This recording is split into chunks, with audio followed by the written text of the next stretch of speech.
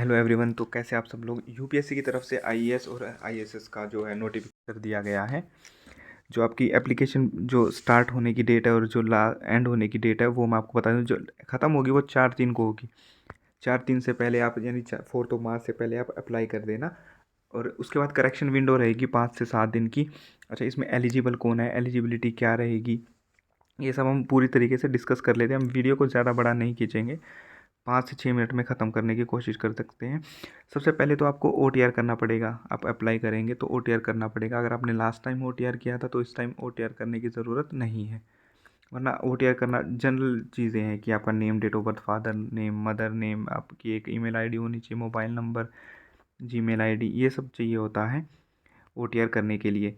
अच्छा, अब हम बात करते हैं कि भाई PWD कैंडिडेट भी इसमें अप्लाई कर सकते हैं। जो फ़ीस है वो 200 रुपये है UR कैटेगरी के लिए। और जो जिनके पास SC ST फीमेल हैं उनके लिए फ़ीस 0 है, तो उनको कोई फ़ीस देनी नहीं पड़ेगी। करेक्शन विंडो जो होगी 5 मार्च से 11 मार्च, उससे पहले आप फॉर्म भर लेना। अगर कोई गड़बड़ हो जाती है तो आप करेक्ट कर सकते हैं, लेकिन फॉर्म ज़रूर भर लेना।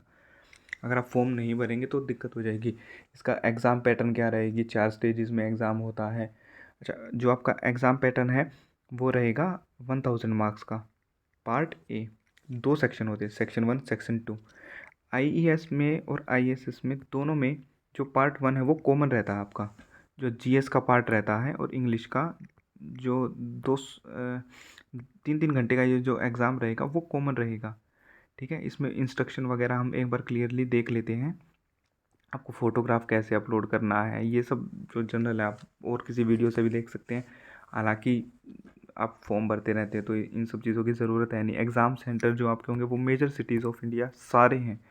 आप ऐसा कोई मेजर सिटी नहीं है जहाँ पे आपका एग्ज़ाम कंडक्ट नहीं होगा। अच्छा, नंबर ऑफ़ वैकेंसीज डिस्कस कर लेते हैं। जो 47 है, 47 है, 12 और 35। लास्ट ईयर ये थी 48, 12 तब भी थी, और शायद 36 जो हैं वो आपकी आईएसएस में थी, 12 आपकी आईईएस में थी। इस बार 12 और 35 है। हमेशा वैकेंसीज इतनी ही रहेंगी। अगर आप सोच रहे हैं कि भाई 700 इसमें वैकेंसी आ जाए, 800, तो ऐसा कभी नहीं होगा, क्योंकि और इसमें कंपटीशन भी कम रहता है। एक वैकेंसी जो रिजर्व कैटेगरी के लिए, लो विज़न जो थोड़े ब्लाइंड होते हैं, भगवान ने उनके साथ थोड़ा ठीक नहीं किया होता, तो by the grace of God एक वैकेंसी उनके लिए है। उनके लिए वो रिज़र्व रहती है, क्योंकि वो ऑलरेडी अपनी लाइफ में इतना स्ट्रगल कर चुके थे। तो हम उस चीज़ में नहीं जाते। उनको स्क्राइब अलाउड होता है, वो अपना स्क्राइब लेके चले जाएंगे। अच्छा, मिनिमम एजुकेशनल क्वालिफ़िकेशन दोनों के लिए मैं बता देता हूँ आपको। सबसे ज़्यादा जो मेन है वो एजुकेशन क्वालिफ़िकेशन है, क्योंकि सबसे ज़्यादा सवाल इसी पे बनेंगे। अगर आपने पीजी डिग्री कर रखी है, आप ध्यान से सुनिएगा, इकोनॉमिक्स में PG degree, economics, applied economics, business economics और इकोनोमेट्रिक्स, आपने ये कर रखे तो ही आप एलिजिबल हैं आईईएस के लिए। अब जो आईएसएस के लिए है, बिल्कुल क्लियर मेंशन है।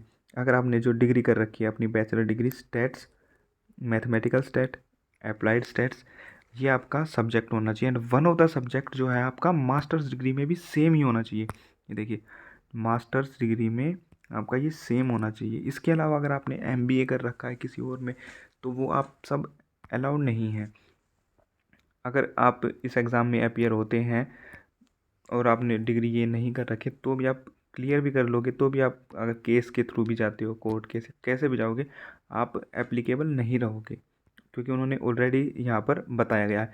अच्छा, कुछ सवाल रहते हैं जो मैं आपको बता देता हूँ, जो हमेशा से ही कुछ कैंडिडेट्स के रहते हैं कि मैं फ़र्स्ट ईयर में हूँ, मैं सेकंड ईयर में हूँ, मेरा लास्ट ईयर चल रहा है, अगस्त से पहले मेरी ग्रेजुएशन हो जाएगी, अगर मैं क्लियर कर भी लेता हूँ तो क्या मैं इसमें एप्लीकेबल रहूँगा, नहीं रहूँगा।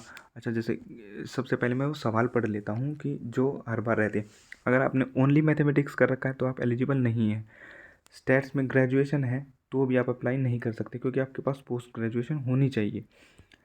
अच्छा, आपने एमए कर रखा है होम साइंस में, नेचुरल साइंस में, वो भी आप अप्लाई नहीं कर सकते हैं।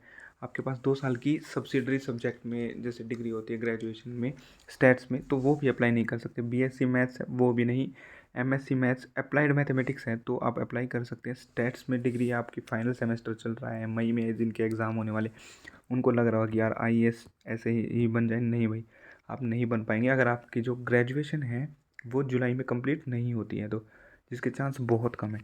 सबसे मेन चीज़, जो आपका रिटन एग्ज़ाम होगा वो कितने मार्क्स का होगा, 1000 मार्क्स का होगा। दोनों में वो कॉलम 1 कॉलम 2 अगर आप चेक कर पाएंगे तो वो कॉमन है।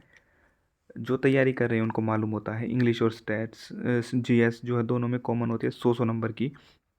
दोनों के लिए टाइम भी इक्विवेलेंट ही रहता है। फिर आपका आता है दो ऑब्जेक्टिव पार्ट आते हैं आईएसएस में, और फिर डिस्क्रिप्टिव पार्ट आता है आईएसएस में। जो इकोनॉमिक्स साइड बैकग्राउंड से हैं उनके इकोनॉमिक्स 1 2 3 इसका जो सिलेबस है वो नीचे पीडीएफ में दिया गया है, हालांकि सबको पता ही है क्योंकि आपने 5 साल पढ़ा ही है। इसमें जो एमसीक्यू क्वेश्चन होते हैं जनरल इकोनॉमिक्स 1 2 3, फिर इंडियन इकोनॉमिक्स जो है 200 नंबर की होती है, जो ज़्यादा इम्पोर्टेंट रहती है हमारे लिए, क्योंकि उसी में कंपटीशन सब ने इंडियन इकोनॉमिक्स पढ़ रखी होती है, लेकिन सबसे मुश्किल वही रहती है कि आपको मैक्स टू मैक्स मार्क्स वहीं स्कोर करने होते हैं। अच्छा, ऑब्जेक्टिव पार्ट, ये आप नोट वगैरह पढ़ लीजिएगा, ये मैं आपको एक बार जनरली इसका ओवरव्यू दे देता हूँ।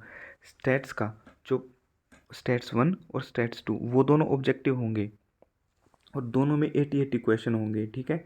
और दोनों क्वेश्चन जो है 200 नंबर के होंगे, यानी 2.5 मार्क्स का ऐप का एक क्वेश्चन होगा। ये आईएएस के लिए मैं बता रहा हूँ अभी, 2.5, ठीक है। अब जो स्टैट्स 3 है और जो डिस्क्रिप्टिव है, ध्यान रखना शॉर्ट आंसर ही रहेंगे उसमें और लॉन्ग आंसर रहेंगे, 50-50% इक्विवेलेंट रहेंगे, ठीक है। एक शॉर्ट आंसर एक लॉन्ग आंसर रहेगा। जो स्टैट्स 4 सब्जेक्ट होता है, जो डिस्क्रिप्टिव होता है स्टैट्स 4 का, ये मैं आपको दिखा देता हूँ। जो ये डिस्क्रिप्टिव पार्ट होता है इसमें 7 सेक्शन होंगे, number of section will be 7। उसमें से आपको 2 सेक्शन चूज करने होंगे, उनमें से सारे सेक्शन में जो मार्क्स होंगे वो इक्विवेलेंट होंगे। हम ये वीडियो थोड़ी ज़्यादा बड़ी कर रहे हैं क्योंकि एक देखो, यूपीएससी ने भी अगर गलती कर रखी है भाई, तो चलो हमारी गलतियाँ तो माफ़ होनी चाहिए, यूपीएससी भी अगर गलती कर देता है तो। आइए, कुछ मेडिकल स्टैंडर्ड्स हैं भाई, इंटरव्यू वगैरह की हम डिस्कशन कर लेंगे। पहले तो सीबीटी है, जो हम सीबीटी नहीं बोलेंगे, इसको रिटन एग्ज़ाम बोलेंगे, फिर डीवी होगा, फिर मेडिकल होगा। सबसे मेन हमारा क्वेश्चन है, ये सिलेबस दे रखा है, देखो स्लेबी, मैं क्लियर नहीं कर पा रहा हूँ कि भाई स्लेबी एक ठीक वर्ड है या नहीं, कमेंट में बताना यार, मैंने फर्स्ट टाइम ही सुना स्लेबी।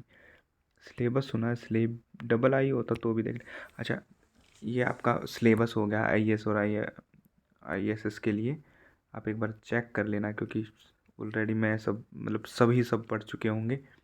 चलो, ओके, गुड नाइट। अच्छा, सवाल मैं सवाल बता देता हूँ कि सवाल जो रहते थे, अगर आप फाइनल सेमेस्टर में हैं तो आप अप्लाई नहीं कर पाएंगे। आपने एमबीए कर रखी है, मार्केटिंग में कर रखी है, ऑपरेशन में कर रखी है, तो वो आईएएस के लिए एलिजिबल नहीं होंगे। किसी के पास स्टेट्स की डिग्री है बीए में, 1 ही साल की है, 2 साल की है, नहीं, आप एलिजिबल नहीं है। आपने मैथमेटिक्स से बीएससी कर रखा है तो भी आप एलिजिबल नहीं है, ठीक है।